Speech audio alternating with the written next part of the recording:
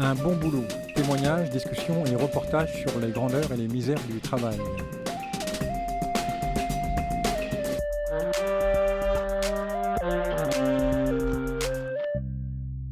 Y a-t-il des bons boulots? Qu'est-ce qui caractérise un bon boulot? Au contraire, un sale boulot. Épanouissement, reconnaissance, insertion sociale, créativité, maîtrise d'un métier, sentiment d'utilité ou bien aliénation, émiettement du travail, perte de sens, management toxique, burn-out, dépression. Qu'est-ce qui fait la différence? Le travail lui-même, ses conditions d'exercice ou les possibilités offertes à une personne de s'y investir et d'y gagner une certaine autonomie. Le sujet est vaste et délicat quand il s'agit de témoigner. Nous parlerons métier et nous aborderons les raisons pour lesquelles un individu s'épanouit dans son travail. Nous chercherons aussi à comprendre sous quelles conditions un bon boulot pourrait être dévalorisé et devenir parfois un sale boulot. Selon Christophe Dejour, médecin du travail, psychiatre et psychanalyste, le travail est une promesse d'accomplissement de soi, souvent non tenue. Et pour les artistes, où seraient les points de bascule qui font qu'un artiste peut réellement s'épanouir et surtout peut durer? Yvon Lemaine, poète, a toujours exercé le métier de poète, même s'il a mis quelques années avant de pouvoir en vivre pleinement et décemment. Nous allons revenir sur ce trajet et en explorer les raisons, les modalités, les joies, mais aussi lui restituer les exigences, les contraintes et les aléas qui en font partie. Bonjour Yvon. Bonjour Hervé. Petite précision, on est frères, voilà, j'interroge mon frère. C'est un peu, donc pour la première fois, je vais tutoyer mon interlocuteur. Et on va commencer peut-être par un poème directement. Si tu pourrais lire un poème. Un titre, Le métier de vivre, et qui à lui seul aurait suffi à être un livre. Il s'achève ainsi, tout cela me dégoûte, pas de parole, un geste, je n'écrirai plus. Le métier de vivre. Je sépare les deux mots pour voir lequel est le plus important. Vivre ou apprendre à vivre, comme on apprend un métier. Comme Philippe apprend à vivre jusqu'au bout de sa vie, car Philippe apprend à mourir jusqu'avant la mort. Que pas une seconde ne lui soit donnée en pâture, en rature, car la vie est là et elle a les yeux de Chantal. Tu pourrais en dire un mot sur ce poème? C'est un poème que j'ai écrit avant-hier, donc il est tout neuf, il sort du fourneau, que j'ai écrit en dialogue avec un ami, Philippe, qui a la maladie de Charcot depuis 4 ans et demi, qui depuis 1 an et demi est sur un lit et regarde le plafond, et surtout derrière le plafond avec auprès de lui sa femme, ses enfants et des amis. Et je vais le voir à chaque fois que je suis là, 1 fois par semaine, et on discute, et de nos discussions naît un poème qui, comme en rugby, quoi, comme un essai marqué qui transforme, qui a fait avancer la discussion jusqu'à un infini, quoi. Et l'autre jour, je pensais il n'avait pas trop le moral la semaine dernière, et tout d'un coup m'est venu un poète, la phrase d'un poète italien qui s'appelle Cesare Pavese, qui a écrit un livre de poèmes qui s'appelle La mort viendra et elle aura tes yeux, et surtout un journal qui s'appelle Le métier de vivre. Et il s'est suicidé à 41 ans. Et je trouve que cette idée de le métier de vivre, je trouve ça très très intéressant, même si lui n'a pas été jusqu'au bout de son métier, quoi. Voilà. Donc ce poème est né d'une discussion entre quelqu'un qui apprend, vraiment c'est ça, qui apprend à aller jusqu'à la mort, quoi, en vivant au maximum, bien qu'il soit d'une certaine manière quasiment paralysé, sauf les yeux. Oui, là on est dans la matière tout de suite. On a la construction d'un poème et on va dire son histoire. Ouais. Peut-être, bon, alors avant d'attaquer dans le vif du sujet, la poésie, ce qui est intéressant pour l'émission, là, c'est la jeunesse, c'est-à-dire, pour toi, on va commencer vers 17 ans ou 16 ans, je ne sais pas. Et bon, moi je m'en souviens vaguement, hein, à un moment, voilà, tout d'un coup tu deviens poète, mais ce qui est intéressant, c'est de voir les points de bascule, les choses qui font qu'à un moment, tu oses écrire, aller sur scène, dire, et après revendiquer, je suis poète. Et ça, c'est le premier point de bascule. Et après, il y a le deuxième, qui est d'en vivre. C'est encore plus difficile. Bon. Donc peut-être rapidement, là, je pense que ça va commencer à l'adolescence et jusqu'au moment où ça devient un peu stable. Alors pour être très honnête, le premier poème que j'ai écrit, c'est un poème d'amour à une femme qui ne m'aimait pas, bon, donc ça c'est assez ordinaire, dont le titre est tout à fait clair, Janine. Bon, voilà. Le poème vaut ce qu'il vaut, d'ailleurs il n'a pas atteint sa cible, si je puis dire. Mais c'est surtout la découverte à 15 ans de la poésie, de ce qu'elle raconte, de ce qu'elle dit. Je crois que tout le monde, le poème, enfin pour moi, il a 3 âges dans la vie. La naissance, où on annonce par un poème parfois qu'un enfant est né, quand on tombe amoureux et puis quand on approche de la mort. La poésie revient dans la vie. Et là, l'adolescence, il n'y a pas que moi. J'avais un copain qui écrivait mieux que moi d'ailleurs et qui lui a arrêté. Bon, ça c'est la découverte du poème comme un endroit un peu brumeux dans lequel le cœur se retrouve, quoi. L'autre étape qui est beaucoup plus importante pour moi, c'est quand j'avais 17 ans, je suis allé en fac à Rennes, j'ai beaucoup milité avec une langue à laquelle je croyais, la Révolution, toutes ces langues politiques que je découvrais, donc j'y croyais. Et puis au bout d'1 an, je me suis dit, il y a un problème, où est la vie là-dedans, quoi. Il y a un problème entre une langue, des grands mots, quoi, et puis plus les mots étaient grands, plus ils me désespéraient un peu. Les mots en isme, etc., et les mots idées, quoi. Bon. Et donc, j'ai écrit, mais comme beaucoup de gens, je pense, dans le secret de ma chambre, un poème qui s'appelle Lance ta poésie poète comme on jette un pavé, etc. Enfin, voilà. Alors, c'est pareil, c'est presque un rap, ça, d'une certaine manière. Et surtout, le titre de mon livre, ça, c'est important. C'est même pas moi qui l'ai trouvé, d'ailleurs. C'est un camarade, comme on disait à l'époque, Vie. Et je ne regrette pas que ce soit ce titre-là, surtout que j'ai beaucoup écrit, d'ailleurs, sur la mort. Vie. C'est-à-dire, où est la vie dans tout ça, quoi. Voilà. On veut la révolution, c'est ce que disait d'ailleurs notre mère, mais tu n'es pas capable de couper du bois pour moi, etc., etc. Et donc la poésie, c'est-à-dire une écriture en clair-obscur, dans le silence de la nuit, puisqu'on nous écoute pas, on va dialoguer tout seul pour après partager ça, quoi, avec un copain, puis 2 copains, puis 3 copains. Et puis, je me suis mis à redécouvrir la poésie par l'oralité. Et là, il y a eu quelqu'un qui a eu un rôle important dans mon lien à la poésie, c'est Léo Ferré. Et Léo Ferré, en chantant Verlaine, Rimbaud, Baudelaire, etc., je me suis dit, mais ça a une force de frappe inouïe. Et des poèmes parce que quand j'étais très jeune, je rejetais forcément la culture classique. Et donc, je découvrais le 19e siècle, Verlaine, Rimbaud, en me disant, mais c'est pas possible, on dirait que ça a été écrit demain. Voilà. Donc, il y a eu là la vérité du poème qui est venue par sa musique, quoi, par les oreilles. Oui, quelque chose que j'entends pour la première fois, là, c'est intéressant, je trouve. C'est le rapport à la parole politique, en plus à laquelle tu crois, parce que tu viens d'arriver, et c'est la Révolution. Et tout d'un coup, cette parole n'est plus la tienne. Ouais. C'est le problème de tous les militants, à mon avis. Tout le monde, et c'est le problème de tout le monde, le rapport au collectif, et surtout le collectif militant. Ouais. Et toi, donc, c'est marrant, ça. Donc, par la poésie, tu retrouves ta singularité. C'est à peu près ça. Ouais. Oui, absolument. Alors, en ayant un vocabulaire encore, parce que le vocabulaire, on le découvre chaque jour de sa vie, hein, mais un vocabulaire des fois un peu peut-être grandiloquent. Je pense dans mon premier livre. Tu as repris des mots d'ordre, quand même, parfois. Non, mais par exemple, j'ai écrit des poèmes pour les Africains. Je chante pour le peuple noir, etc. Bon, c'est un peu gonflé, quoi, si je veux dire. Par contre, quand je suis allé en Afrique, des années après, j'ai écrit un poème sur un féticheur que j'ai rencontré et à qui on demandait des choses. Et je me suis dit, et lui, qu'est-ce qu'il demande, quoi, voilà. Et là, c'était un rapport concret entre un homme qui était en face de moi, qui avait à peu près mon âge et qui était comme un tronc d'arbre qu'on posait comme ça, qu'on déplaçait de village en village. Donc c'était concret, c'était mon lien physique, j'étais sur le terrain, quoi. Mais pour revenir à mes débuts, tant que je croyais aux mots que j'employais, je les employais, c'est tout. Le jour où j'y croyais plus, en 89 par exemple, le mot liberté, c'était au moment du soi-disant révolution roumaine, mais qui était en fait une sorte de coup d'État à l'intérieur du régime. Et je me suis dit, comment parler de la liberté? Puis on entendait liberté, liberté, et je me suis dit, peut-être en parlant du vent, par une métaphore, quoi. Parce que le mot liberté, il y a la liberté des prix, la liberté des feuilles, la liberté de... etc.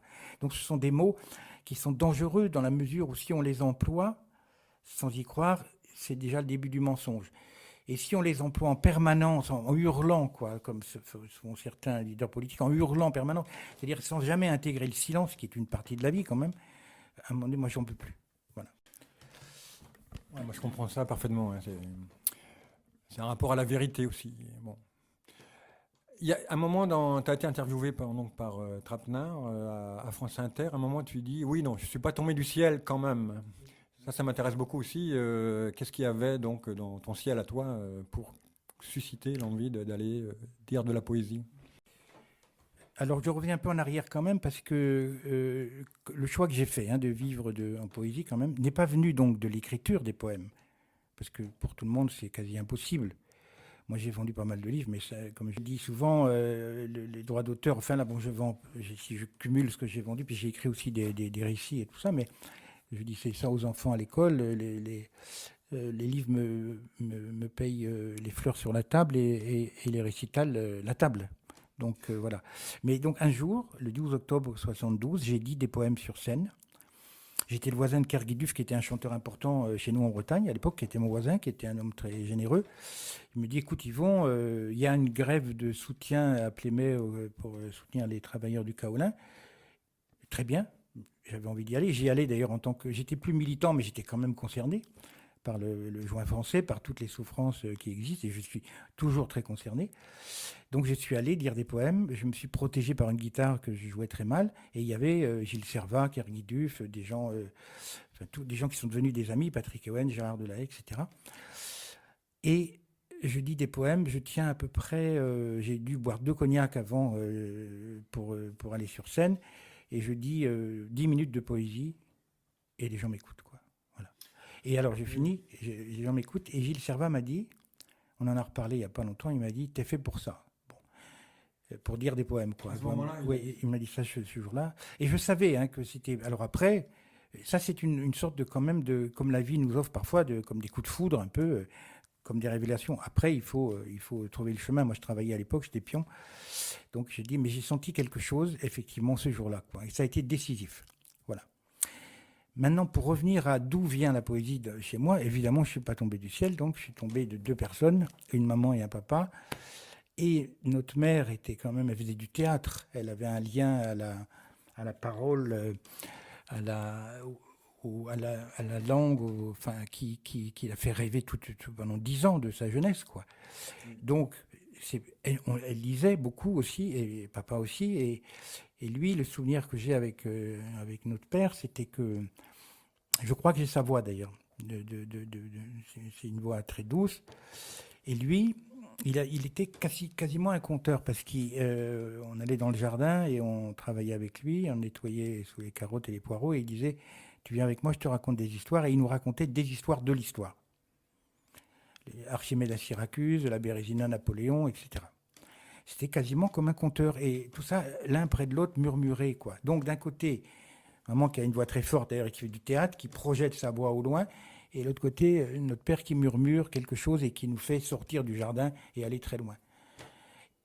Et donc, évidemment, ça aurait pu être autre chose, mais ça a été sûrement fondamental, quoi. Oui, alors je retiens... moi, je vois un lien avec le Saint-Esprit quasiment. Quand tu montes sur scène, quelqu'un te dit c'est bien et toi, tu te sens bien. Alors moi, j'étais sur scène pour faire du théâtre et j'ai eu aussi cette sensation un peu, mais il faut vraiment qu'elle soit très forte et pour après endurer tout ce qu'il faut endurer quand même. Bon, on a fait la jeunesse jusqu'à ce que tu décides quelque chose de fort et tu te sens prêt à te battre, mais t'es loin d'être quelqu'un qui vit de la poésie à ce moment-là. On peut peut-être parler de ça maintenant. Ouais, comment t'es pion, donc le pion c'est pour vivre, et puis à un moment t'es plus pion, et puis il faut vivre. Les récitals, ça paye que dalle. À cette époque-là, il n'y a même pas de statut d'intermittent. Et comment, à la fois, tu trouves la force de le faire, tu trouves les moyens, et tu trouves l'argent. parce que bon, tu as quand même une voiture, tu n'étais pas mort de faim. Comment on se débrouille économiquement avant même le statut, quoi. Comment ça marche? Il y a un peu les gens qui aident. Sa maman ne t'a pas aidé parce qu'elle ne pouvait pas. Il y a de la famille qui t'a aidé un peu, mais voilà, comment tu t'es débrouillé là, d'un point de vue économique? Ben, en septembre 74, je suis plus pion, donc j'ai été 3 ans, et c'est très bien comme ça. J'ai 21 ans et je suis poète, quoi. Voilà. Bon, merci beaucoup. Chers amis, bonjour. Comment on va faire, quoi? Et j'habitais à l'époque dans une petite piole à Lannion. Ce qu'il y a de commun avec aujourd'hui, c'est que la table est toujours la même, sur laquelle on parle. Hein, voilà, c'est la seule chose qui reste. Et j'avais un peu d'économie, disons, pour tenir jusqu'à Noël. Et après bon.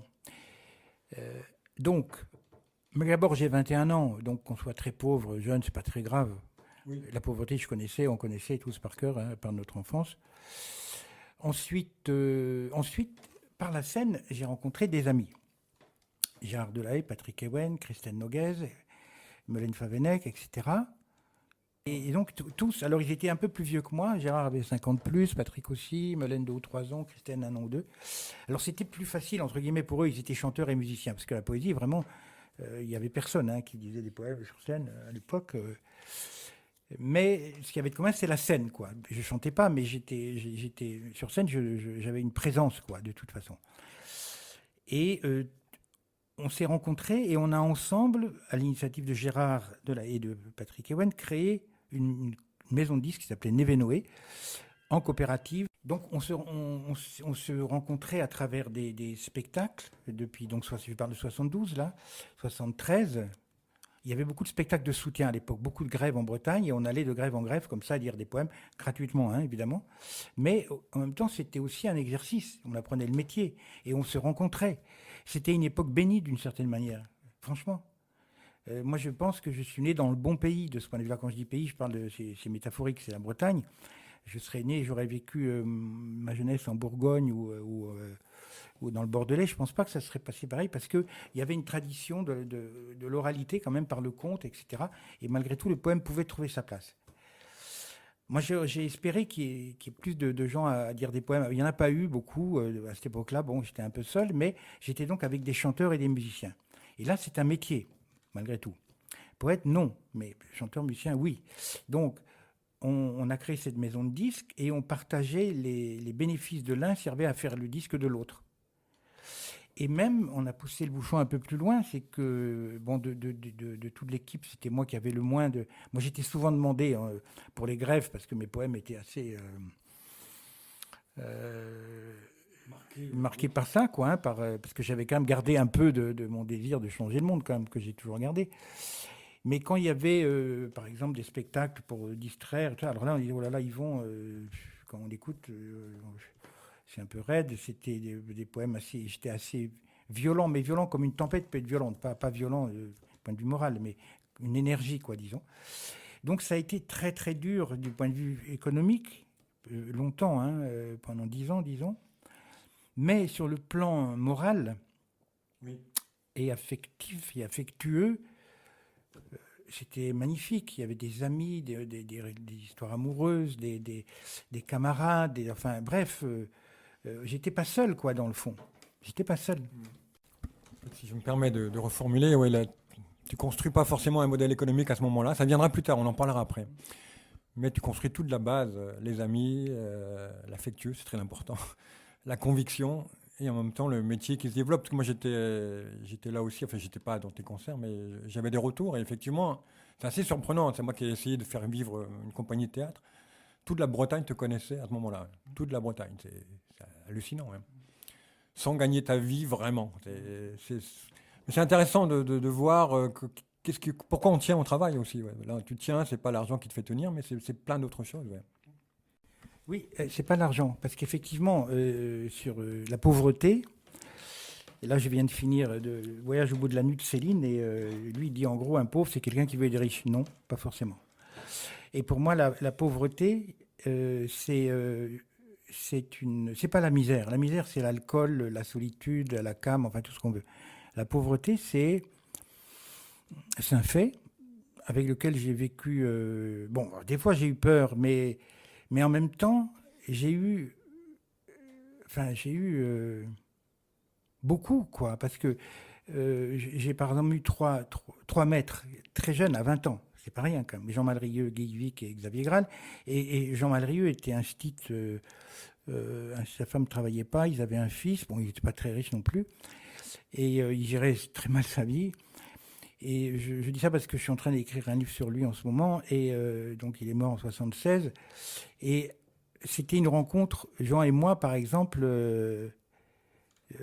il avait 60 ans à l'époque, moi 20, et Jean il était pauvre, pas comme je l'étais, mais quand même pour son âge, mais il y avait la richesse absolue de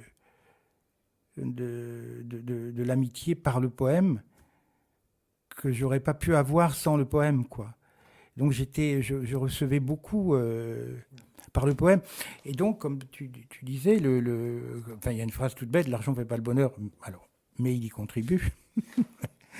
D'accord, ok, ça c'est vrai. Et puis en vieillissant, bon, c'est sûr. Mais, mais, euh, mais heureusement que ça n'a... Dans tout ce que j'ai fait dans ma vie, jamais l'argent a dominé mes projets. Par contre, j'ai une reconnaissance qui me permet de me débrouiller, etc. maintenant. Mais jamais, jamais, jamais, jamais.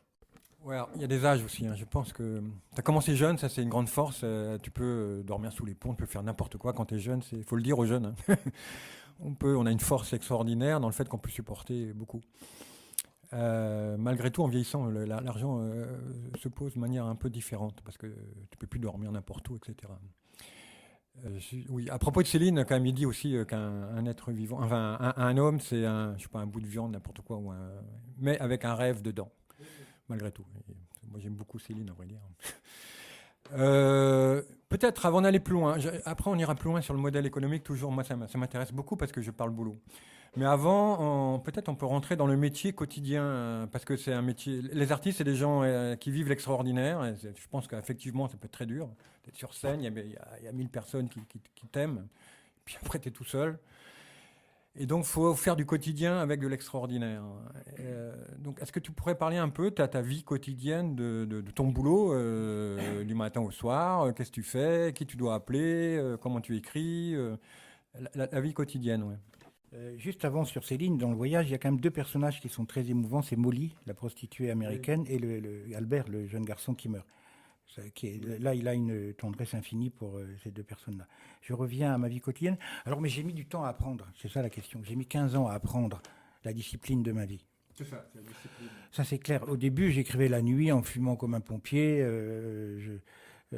comme un jeune, quoi. Hein. Et j'ai mis réellement, hein, j'ai mis 15 ans au moins à apprendre à être un peu le maître de mon équipage. Vraiment. Ça a été très long. Je ne le savais pas. Parce que j'avais moins de concerts quand même que de récitals que les chanteurs ou les musiciens. Donc des fois, j'étais là à la maison. Oui, c'est ça. Comment tu passes de l'un à l'autre? Ah ben c'est très... Surtout quand j'étais jeune, parce que des fois, ça m'est arrivé d'avoir une personne à un spectacle aussi. Hein. Bon, il faut... Pas, bon. En me disant pourvu qu'elle s'en aille, que je puisse rentrer chez moi. Quoi. Bon. Et puis 100 000 à Plogoff, quoi. Ça, c'était le sommet, quoi. Hein. Bon. Mais quand même, quand j'étais jeune, j'avais effectivement... J'étais connu en Bretagne par une espèce de rumeur. Et je pouvais avoir... J'ai eu des fois 500 personnes qui venaient écouter... Alors souvent c'était meeting, etc., soutien, et tout ça, mais parfois les gens payaient quand même pour venir m'écouter. Et puis on rentre le soir et solitude. Alors j'étais pas toujours seul, évidemment, j'ai partagé ma vie à certains moments donnés de ma vie. Mais quand j'étais seul, surtout que je vivais dans des maisons totalement inconfortables, humides, glaciales en hiver et au fond de la campagne, et sans télé ni rien, donc parfois c'était effectivement très dur. Mais je me suis rendu compte de la dureté de cette vie qu'après cette vie. Je pense que comme quelqu'un qui est en guerre, il traverse un champ de mine, il le traverse, quoi. Et enfin, c'est pas aussi dangereux, mais quand même, j'ai eu des moments j'ai eu des problèmes de dents, des problèmes d'estomac très tôt, enfin de santé quand même malgré tout, parce que le problème quand on est pauvre, c'est pas tant la nourriture que le froid. Se chauffer, ça coûte une fortune.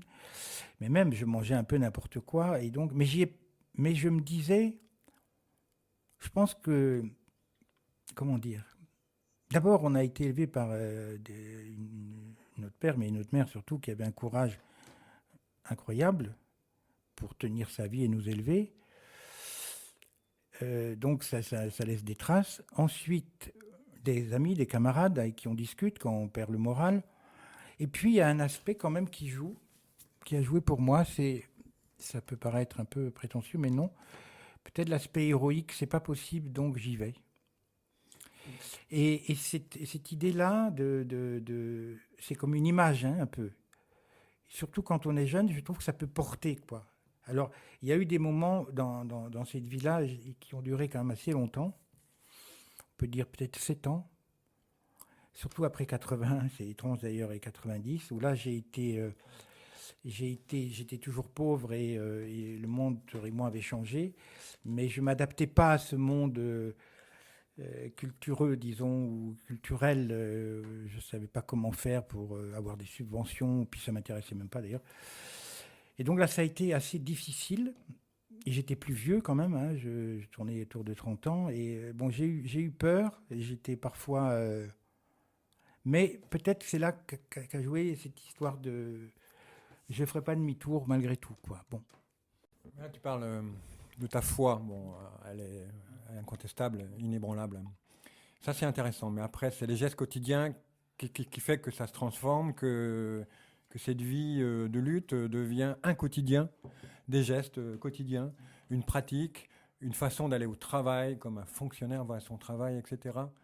Enfin, en tout cas, comme un artisan, alors peut-être va à son travail. Mais en tout cas, c'est en ça que tu as réussi à le faire. Tu le fais aujourd'hui. Donc comment tout ça se met en place et d'ailleurs, à propos des années 80, je m'en souviens, c'est Tapie qui arrive au pouvoir. Enfin, c'est le discours de Tapie, c'est Reagan et Thatcher. Et donc c'est épouvantable pour les poètes, ça, c'est clair. En même temps, chez nous, c'est langue, bon, avec cultureux, ok, mais c'est aussi le statut d'intermittent. Donc à un moment, tu vas vers là. Ça, on pourra en parler en détail, parce qu'il y a plein de gens qui ont besoin d'être éclairés. Moi, j'ai rencontré des jeunes poètes qui sont fascinés par toi, non pas aussi par ta poésie, mais par, putain, il a réussi à vivre avec. Donc ça, c'est aussi important que le reste. On va en parler. Mais ce que je voulais dire, c'est quel est le quotidien, ouais, comment fait un type pour monter sur scène, être en plein délire, je dirais, et redescendre, et puis écrire, et puis faire le boulot, prendre contact, connaître des gens et tout. Mais c'est un peu la loi de la vie, ça. C'est-à-dire, c'est comme si on prend l'état amoureux, c'est pareil, on monte et on descend, c'est un peu pareil. Et alors, dans la vie quotidienne de ces années-là, la vie n'était pas très quotidienne, c'est-à-dire que des fois, j'ai eu un sommet, par exemple, de quotidien qui s'écroule.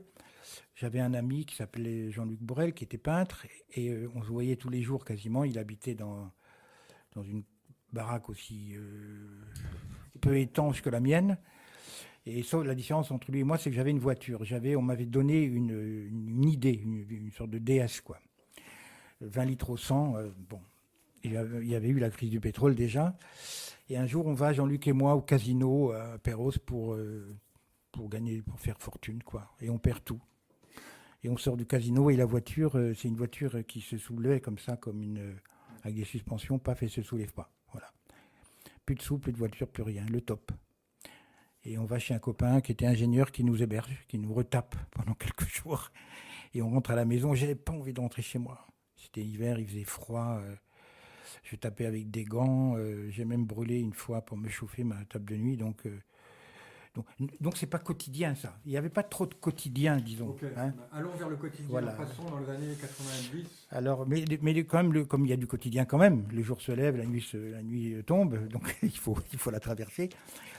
Mais c'est intéressant quand même, parce que par exemple, j'avais une amie qui m'avait fait une couette avec des plumes de poule. Alors j'avais le choix, soit mourir étouffé, soit avoir chaud, quoi. Donc tout était un peu à volo. Et là, le quotidien, il n'y avait pas de quotidien, hein. J'avais écrit d'ailleurs un poème à cette époque-là qui s'appelait « Les fleurs du quotidien n'ont pas le temps d'attendre le bouquet ». Il n'y avait pas de quotidien, effectivement. C'est intéressant la question parce que je me suis dit, effectivement, il n'y avait pas de quotidien. Il y avait des saisons, il y avait des projets et j'avançais d'île en île, disons, en essayant de ne pas couler entre les deux îles. Tu devais quand même appeler des gens, prendre des dates. Il n'y avait pas le téléphone. Pas de téléphone, moi, la cabine.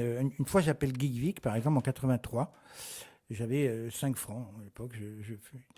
Et je l'appelle parce que j'avais appris qu'il y avait des bourses, mais je ne connaissais pas tout ça, moi, le CNL, les aides aux écrivains, tout ça.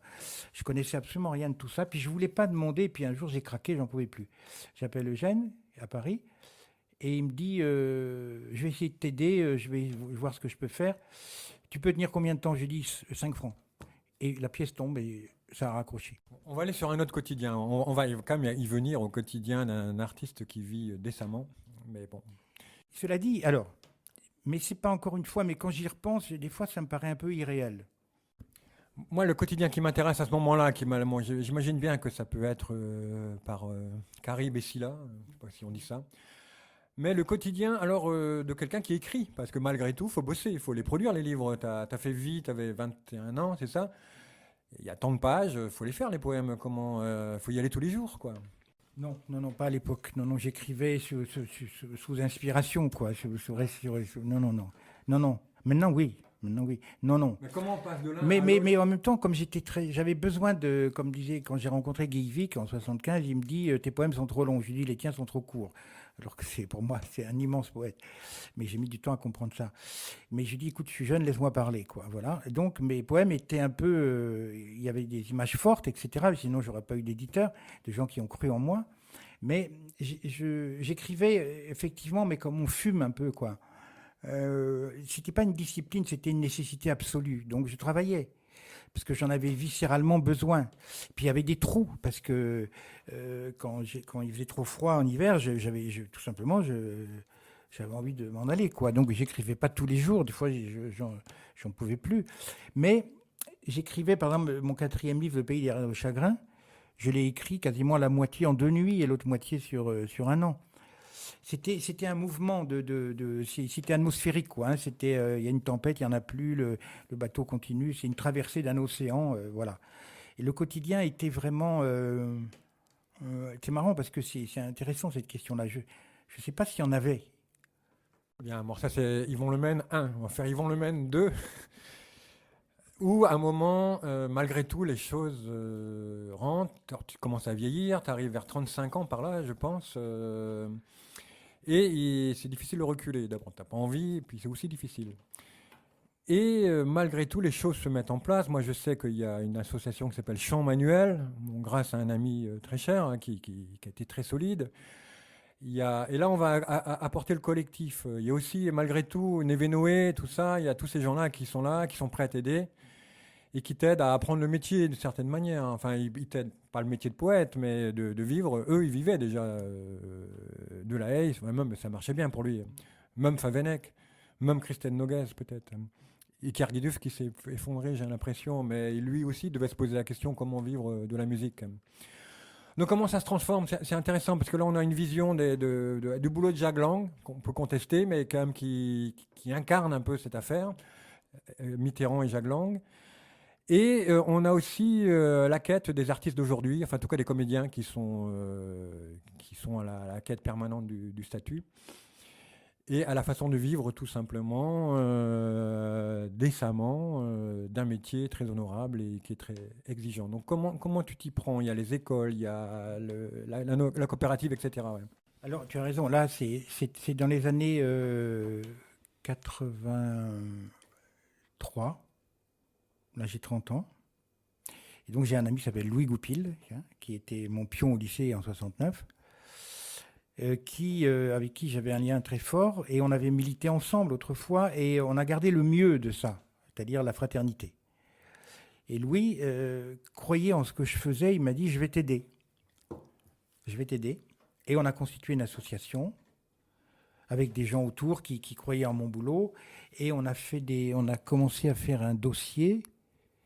Alors ça s'est fait entre 83 et 87, je crois, tout ça. On a fait des dossiers pour aller dans les écoles, pour organiser un peu le travail, quoi. Voilà.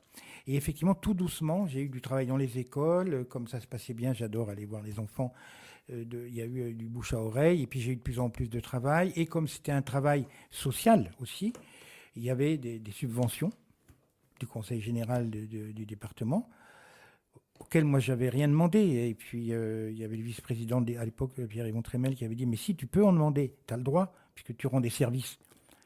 Donc des subventions, et puis donc l'association qui